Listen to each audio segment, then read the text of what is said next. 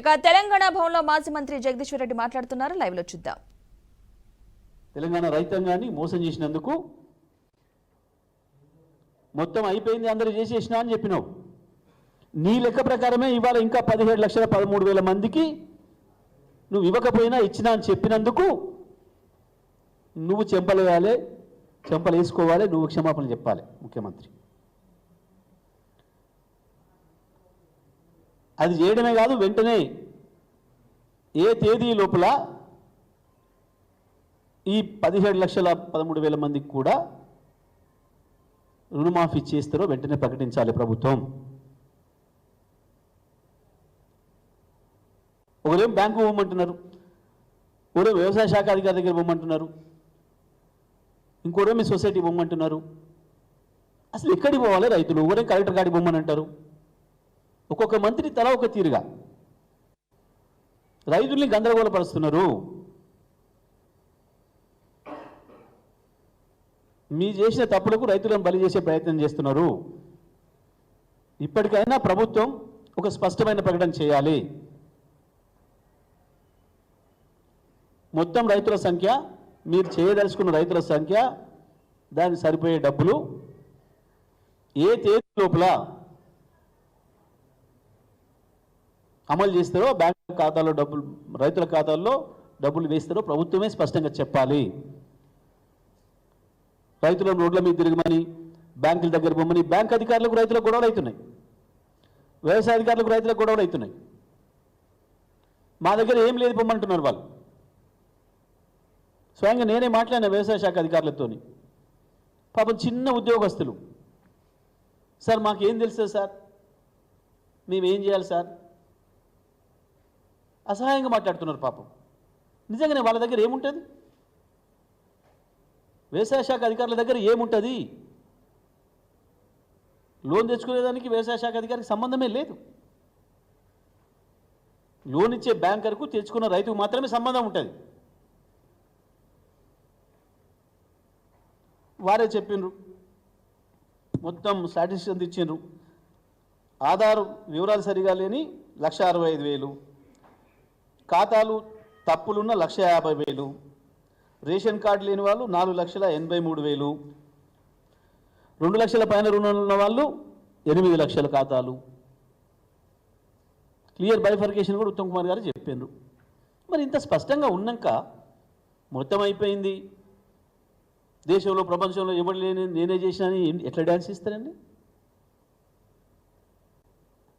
ఏం దగా, ఏం మోసం?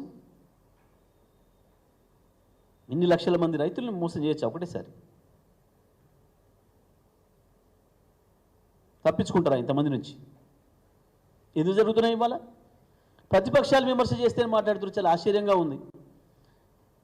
ఇంకా ప్రతిపక్షంగా పని మొదలు పెట్టలేము మేము. ఇవాళ వేలాది గ్రామాల్లో జరుగుతున్న విషయం అంతా రైతాంగం స్వయంగా అప్పుడు వాళ్ళ వివరాల కొరకు వెళ్ళి బ్యాంకు వెళ్ళినప్పుడు, ఇంకో చోటుకి వెళ్ళినప్పుడు, మీరు చెప్పిన అధికారి దగ్గర వెళ్ళినప్పుడు అక్కడి నుంచి సరైన సమాధానం లేని పక్షంలో రైతులు రోడ్డు మీద కూర్చుంటున్నారు వచ్చి.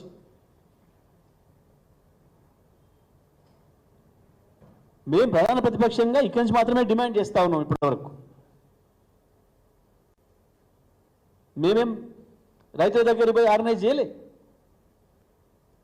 పైగా రైతులు ఆందోళన చేస్తే భయపెట్టిస్తారు, పోలీస్ స్టేషన్లో పిలిచి కూర్చోబెడతారు, సోషల్ మీడియాలో పోస్టులు పెడితే భయపెట్టిస్తారు. పాపం పోలీసులు ఉపయోగించుకొని రాజ్యం చేయొచ్చు అనుకుంటున్నారు. ఇవన్నీ సాగవు, ప్రజల ఆగ్రహం ముందట మంచిది కాదు. ఇంకొకటి ఏం మాట్లాడతారండి, 2 లక్షల రుణం పైన ఉన్న రైతులు మీరు మిగతాయి కడితే మేము వేస్తాం. ఎంత ద్రోహం, ఎంత మోసం!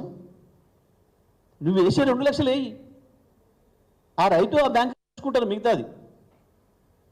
రెన్యూల్ చేయాలంటే మిగతాది కడితే చేస్తా అంటాడు బ్యాంకర్, కట్టుకుంటాడు ఆ రైతు. ఏదైనా ఇబ్బంది ఉన్నాయని వాళ్ళు ఆలస్యంగా కట్టుకుంటాడు.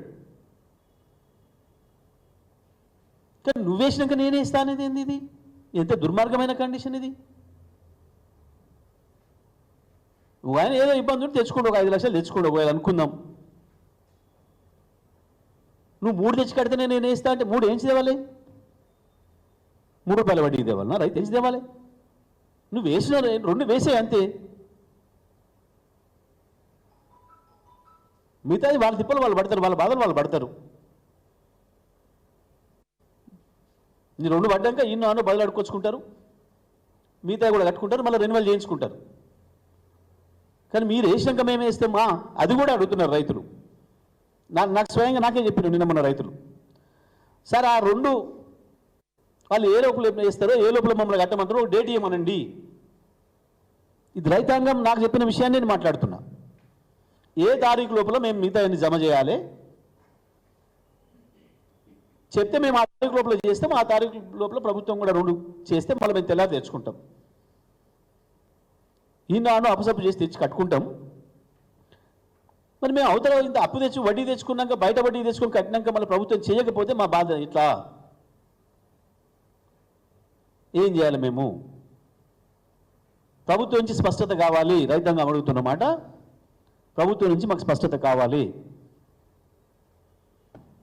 మీరు చెప్తున్న ఈ 17,13,000 మంది పైన రైతులు ఏదైతున్నారో వీళ్ళకు సమాచారం ఇవ్వండి క్లియర్గా. ఇగో ఈ తారీఖు లోపల మీకు వస్తాయి 2 లక్షల పైన ఉన్న వాళ్ళు, ఇగో ఈ తారీఖు లోపల మిగతా జమ చేయండి, మేము చేస్తాం 10వ తారీఖు నాడు. మన ఆగస్టు 15 లోపల ఏదైతే చేస్తామని చెప్పినరో ఆ పద్ధతుల్లో వెంటనే ప్రభుత్వం ఒక స్పష్టమైన ప్రకటన చేయాలి. ఏ తేదీ లోపల వీళ్ళందరికీ మాఫీ చేస్తారో, 2 లక్షల పైన రుణం ఉన్న వాళ్ళను ఏ తారీఖు లోపల మిగతా అన్ని కూడా బ్యాంకులో జమ చేయమని చెప్తున్నారో ప్రభుత్వం నుంచి స్పష్టత కావాలి. ఇది రైతాంగం అందరూ కూడా అడుగుతున్నమాట. దీనికి సమాధానం చెప్పాలని వెంటనే ప్రభుత్వం నుంచి ఒక ప్రకటన చేయాలని చెప్పి బీఆర్ఎస్ పార్టీగా మేము డిమాండ్ చేస్తూ ఉన్నాం. రైతులు వాళ్ళు అక్కడికి వెళ్ళినప్పుడు ఆఫీసులలో సరైన రెస్పాన్స్ రానప్పుడు, బ్యాంకులలో కావచ్చు, మీరు చెప్పిన అధికారుల వద్ద కావచ్చు రెస్పాన్స్ రానప్పుడు వాళ్ళు ఏదైతే వాళ్ళ ఆగ్రహాన్ని